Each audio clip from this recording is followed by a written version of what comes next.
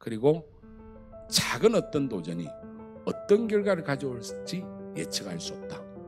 그러나 그 중심에 순수하고 착한 마음이 있으면 저는 성공할 거라 생각합니다. 이제 세상이 바뀌었다. 우선 어머니 아버지 말 절대로 듣지 마라. 어머니 아버지 말 들으면 너희들 개고생해가 여기 들어온 거 거기서 거기로 끝난다. 어머니 아버지들이야 고도 압축 성장기에 화려하고 찬란한 경험을 했기 때문에 저도 그 끝자락보다는 약간 앞이겠죠. 중간에서 끝자락 사이에 있었던 사람인데 대학만 졸업하면 얼마든지 길이 열려 있었고, 그래서 좋은 대학 나와서 삼성, 현대 같은 대기업에 들어가거나 아니면 고시 공부를 하거나 이렇게 해서 정답이 딱 있는 그런 삶을 사는 부모들의 이야기는 이제는 전혀 맞지가 않다. 그런 고도압축 성장기는 끝났고 이제 세상은 이미 저성장일 뿐만 아니라 앞으로 어떤 변화가 일어날지도 모르는 엄청난 전환기에 살고 있는데, 낡은 패러다임에 빠져있는 어머니 아버지의 이야기를 듣는다는 것은 이거는 딱 망하기 좋은 거다. 그래서 제가 1학년 한다는 그런 이야기입니다. 지금 새로 고민하고 도전해야 된다. 지금 앞으로 우리가 살아갈 세상이 이런 과학기술의 발전이 상상할 수 없는 세상을 만들 수 있죠.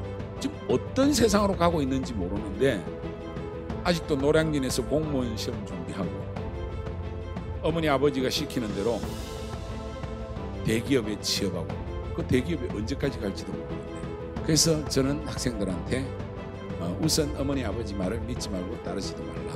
그게 답이다. 이걸 조금 여러분들한테 다르게 이야기를 하면 여러분들이 하고 싶은 거, 스타트업 도전하고 싶은 거 일단 질러보면 그게 답이 상상하지도 못한 것에서 있을 수 있고, 그렇게 해서 이제 90년에 학원 만들어가지고 뭘 할까 하다가 저는 사실은 학원 강사로 본격적으로 살게 된 거는 전혀 뜻밖의 어떤 삶의 과정에서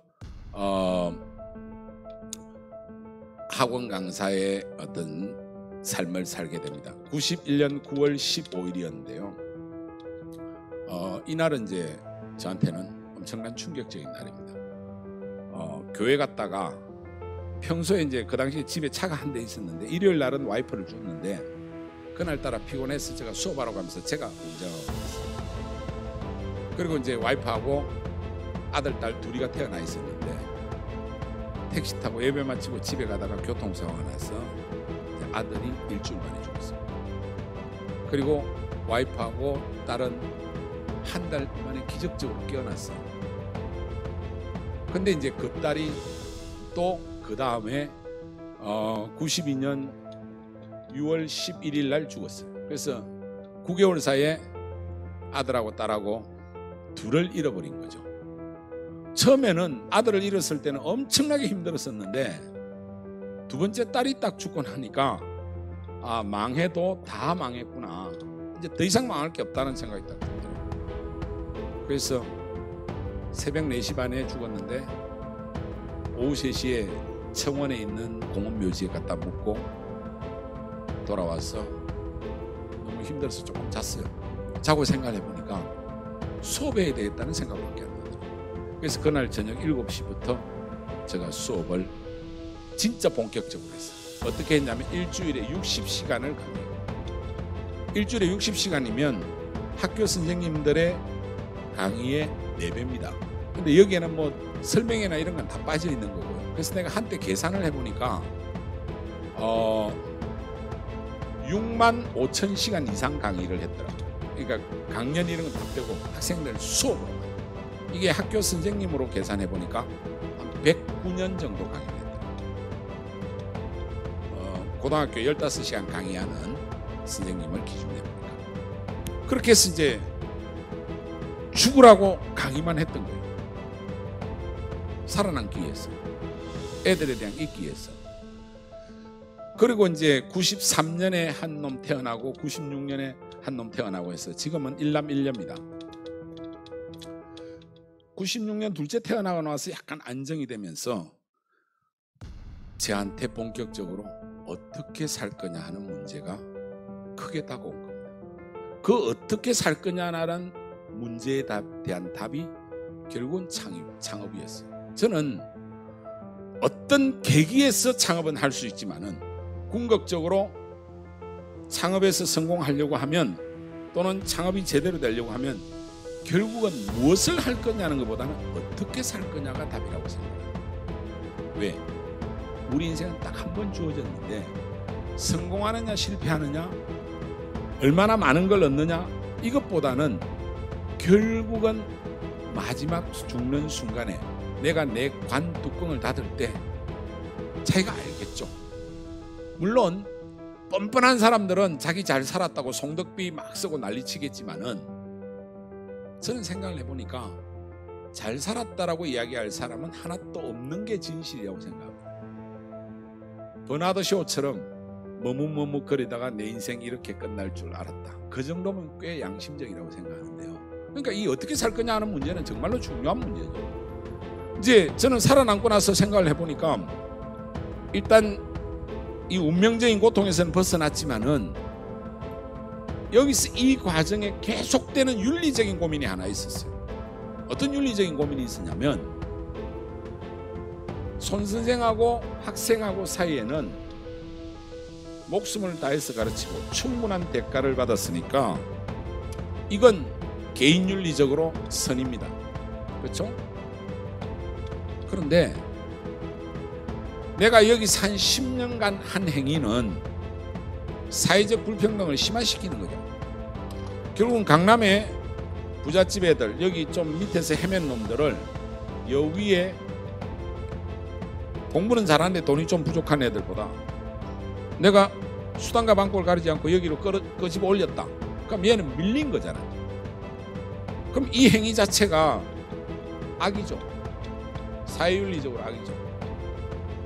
우리가 사는 삶에 있어서 윤리적인 문제라는 것은 가장 근본적인 문제인데 개인적으로 선이지만 사회윤리적으로 악이 되는 경우가 종종 있죠. 한국의 사교육이 비판받는 지점이 바로 여기에 있거든요. 그것도 저는 아주 프리미엄의 특수한 걸 했으니까 당연히 욕 처먹어도 싸죠. 이거 어떻게 할 건가? 36살 때 엄청 고민을 했어요. 그래서 뭐 그 고민한 내용의 이야기를 너무 길어서 그건 생략하고요. 그래서 내린 결론이 이런 불평등한에서 희생당하는 애들까지도 강의를 들을 수 있는 대중 강의, 한 2, 3만 원이면 들을 수 있는 대중 강의로 인생을 바꾸자고 생각해요. 바꾸기 직전까지 제가 그 당시에 월 한 4, 5천 벌었거든요. 36살에 그것도 96년에 4, 5천이면 상당히 큰 돈입니다. 그런데 대중 강의하면 얼마 벌지 몰라요. 그러나 이 문제 해결해야 되겠다. 그렇게 해가지고 97년 2월 2일 날 제가 대중 강의 또 학원가에 나가니까 아무도 안 받아줘요. 너 들어본 적 없다고 안 써주더라고요. 그래서 할 수 없이 제가 백을 써서 들어갔어요. 아는 사람 아는 사람. 그래서 그 원장이 이 험악한 동네를 왜 들어오려고, 여기 만만하지 않아. 열심히 해보겠습니다. 그렇지만 저는 좀 떳떳하게 살고 싶었어요. 그리고 수학 강의를 하려고 그랬어요. 왜냐면 대중 강의 수학이 제일 먹히니까 안 된대요. 법이 그 당시. 요즘은 관계없는데 전공만 가르칠 수 있어요. 그래서 할 수 없이 한 게 사회탐구입니다. 근데 사회탐구로 또 역사만 하라는 거예요. 그거 갖고 뭐 돈이 되지를 않아요. 그래서 새로운 패러다임을 제가 또 하나 만들었어요. 사회 과목 전체를 묶어서 통합사회를 하겠다. 아마 통합사회 들은 분이 안에 있을지도 모릅니다. 그래서 97년 2월 2일 날 강남에 첫 런칭을 했어요. 이 2월 2일 날 런칭한다는 건 말이 안 되거든요. 겨울방학 다 끝났는데 여기다가 학원을 못 찾아가지고 늦게 런칭을 한 겁니다. 그래서 광고지를 한 10만 장 만들어서 손선생 통합사회 바람이 불고 있습니다라고 광고를 때렸는데 10만 장 광고하면 엄청 광고 효과 있을 것 같죠? 전화가 2-3 통화밖에 안 옵니다. 10개 반을 개설했는데 7개 반은 1명도 등록을 안 했어요. 3개 반에 2명, 3명, 3명. 제가 한 5천 벌던 사람이 딱 이렇게 해서 첫 달 월급 32만 원 갖다 주니까 이번에는 마누라가 정신을 차렸는지 너 돌았네 이러더라고요. 근데 저는 어떻게 살 거냐 하는 거 미루고 있었던 거고, 하여튼 이제 둘째 아들도 태어나고 해서 제대로 이제 윤리적인 고민을 좀 해결하면서 떳떳하게 살려고 선택한 겁니다. 저는 학생 8명밖에 없어도 하나도 힘들진 않았어요. 그런데 기적같이 이 8명의 학생이 5개월 만에 2,000명으로, 그 다음에는 5,000명으로 터져버린 거예요. 그렇게 해서 월 강사료가 한 4억 정도 됐어요. 그러면 월 4억을 벌면 창업할 이유가 없잖아요. 안 그렇습니까? 여러분 창업하겠습니까? 저도 지금 생각해 보니까 내가 왜 그때 미친다고 이 온라인 강의 하려고 했는지 이해가 안 되는 거예요. 지금 같으면, 지금 나의 이 보수적인 태도 같으면 저 절대로 안 했어요. 돈은 그냥 깔꾸리로 꺾는데 뭐 때문에 제가 메가스터디라는 온라인 회사를 만든 줄 아십니까? 99년입니다. 정확하게. 강남 메가스터디 대치동에서 새벽 1시에 강의를 딱 마쳤는데 학부모가 케이크를 들고 온 거예요. 그런 일이 흔히 있거든요. 옆에 따님하고 딱 둘이 왔더라고요. 이 어머니가 뭐라 그러냐면, 선생님 때문에 제가 너무나 행복해졌고 정말 저는 너무나 큰 덕을, 은혜를 입었습니다. 그래서 선물을 가지고. 그럼 뭐 딸 성적이 올라간 게 뻔하죠.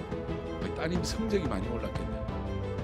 성적이 많이 올라간 것도 있지만은 우리 형편에 대치동에 이사 오기 어려웠는데 선생님 강의 꼭 그때 저 강의를 들으면 하루 이틀씩 줄 서야 됐거든요. 강의도 듣고 모험을 해가지고 은행 대출 해가지고 엄마 아파트를 샀는데 6개월 만에 3억이 올랐대요.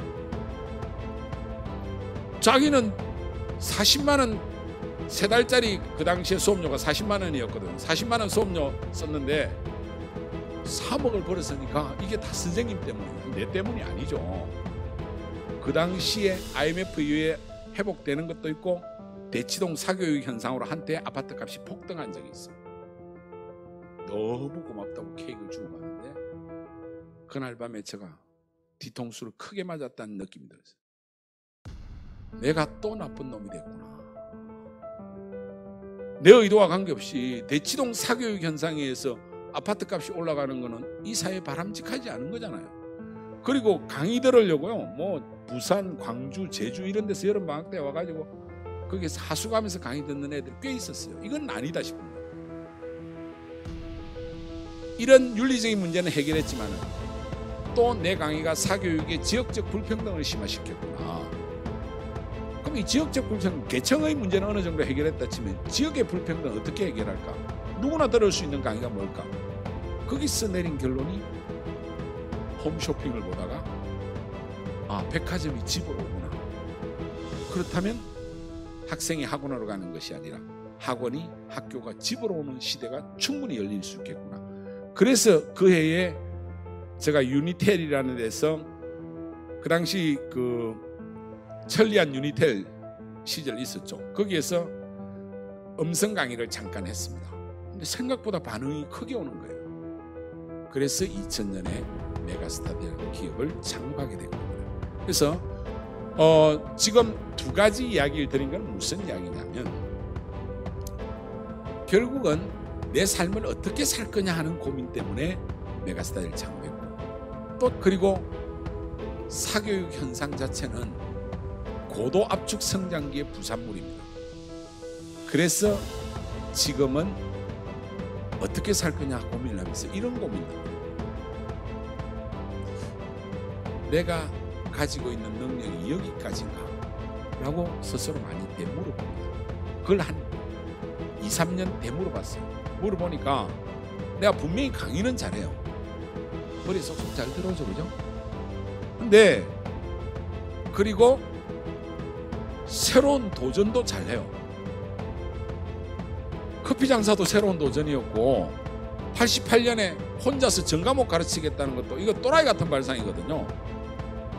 그리고 한 5천 벌다가 집어던지고 사회선생으로 나오면서 또 통합사회라는 새로운 패러다임, 그리고 인강 서비스를 할 때도요, 창업할 때 아주 우리 회사에서 중요한 이야기 중에 하나인데, 처음에 동영상 강의를 창업하고 1년 뒤에 한 8개월 뒤에 서비스를 시작했는데, 이 동영상 강의를 어떻게 만들까를 가지고 엄청나게 논란이 심했어요. 동영상 강의 만들려고 하니까 교육공학과 애들을 많이 채용했어요. 이화여대, 한양대 출신들. 자기들 다 수업에서 만들어 봤대. 동영상 강의로 효과가 있는 게 15분에서 20분 넘어가면 효과 떨어진대요. 강의를 15분에서 20분 해야 되고 플래시도 넣어야 되고 막 이런 이야기를 하고. 근데 아무리 생각을 해봐도 제가 이거 50분 강의 하라면 정말 짜증나거든요.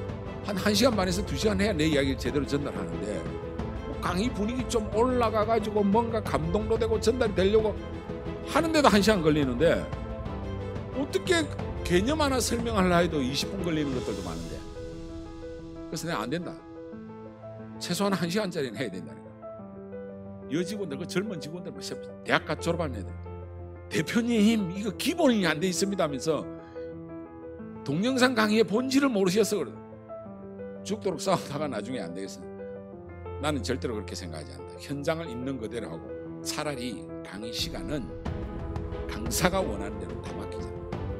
미쳤다는 거야. 맨날 싸우다가 할 수 없어. 주식 수대로 해야 되니까 내가 결정한다.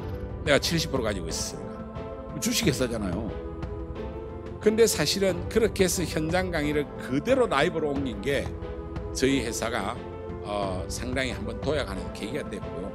근데 그런 데까지는 내가 능력이 있는데, 지금 사교육의 변화에서 전혀 새로운 쪽으로 전환은 못하고 있는 게 한계인 거예요. 그래서 2, 3년 고민하다가 최근에 내린 결론이, 고민하다가 고민만 하다 인생 끝날 것 같아서 재작년부터 고민하다가 작년에 뭘 1차 고민했냐면, 빚부터 좀 갚아야 돼요. 저는 사회 빚을 많이 지고 있다고 생각해요. 그러니까 저는 대한민국에서 물론 뭐 이재용 이런 친구가 훨씬 저보다 돈을 쉽게 벌었겠지만, 일반인들 중에서는 저만큼 돈을 쉽게 번 사람은 없어요. 너무 쉽게 벌었기 때문에. 그러면 타인에 대한 빚이잖아요. 그래서 재단을 우선 하나 만들자. 그리고 이때 죽은 이 우리 자식들이 큰 뜻을 가지고 이름을 지어줬거든요. 그 중에서 우리 딸 이름이 윤민인데, 이 윤민이 무슨 뜻이냐면 온 백성을 윤택하게 하라는 뜻입니다. 그 아들은 광욱인데, 널리 밝은 빛을 비추어서 온 백성을 윤택하게 하라. 그래서 얘들 그래도 내가 이름은 이 세상에 남겨줘야 되겠다 해서 재단 이름을 윤민재단이라고 만든 겁니다. 그래서 일단 빚을 하나 갚는 걸 먼저 했고, 최근에는 결론을 내려보니까 아직은 쓸만한 것 같아요. 제가 한 3년 고민해 보니까. 그래서 저도 여러분과 같이 최근에 올해 1월부터 새로운 도전을 하고 있습니다. 마지막으로 제가 더 한번 여러분들처럼 성공하고 싶은데, 그거는 한번 기대를 해 주십시오. 올해 한 10월 정도부터 제가 뭔가를 새로운 도전을 하려고 생각합니다. 그래서 얼마든지 여러분들이 지금 하고 있는 이 스타트업은 여러분 인생 자체를 위해서라도 충분히 해볼 만하다. 그리고 작은 어떤 도전이 어떤 결과를 가져올지 예측할 수 없다. 그러나 그 중심에 순수하고 착한 마음이 있으면 저는 성공할 거라 생각합니다. 그나마 저 자신을 되돌아봤을 때, 그래도 어릴 때부터 부모님으로부터 선한 사람으로 살아라는 그 가르침을 크게 많이 어기지 않고 좀 순진하게 살려고 했던 게 현재의 저를 지켜온 것이라고 생각합니다. 이번 영상은 대한민국 대표 인터넷 강의 플랫폼 메가스터디 손주은 대표이사 회장의 강연을 참고하였습니다. 영상이 도움이 되셨나요? 성공으로 이끄는 보다 좋은 영상으로 찾아오겠습니다. 구독, 좋아요, 알림 설정은 여러분과의 만남을 지속하는 큰 힘이 됩니다. 오늘도 행복한 하루 되세요.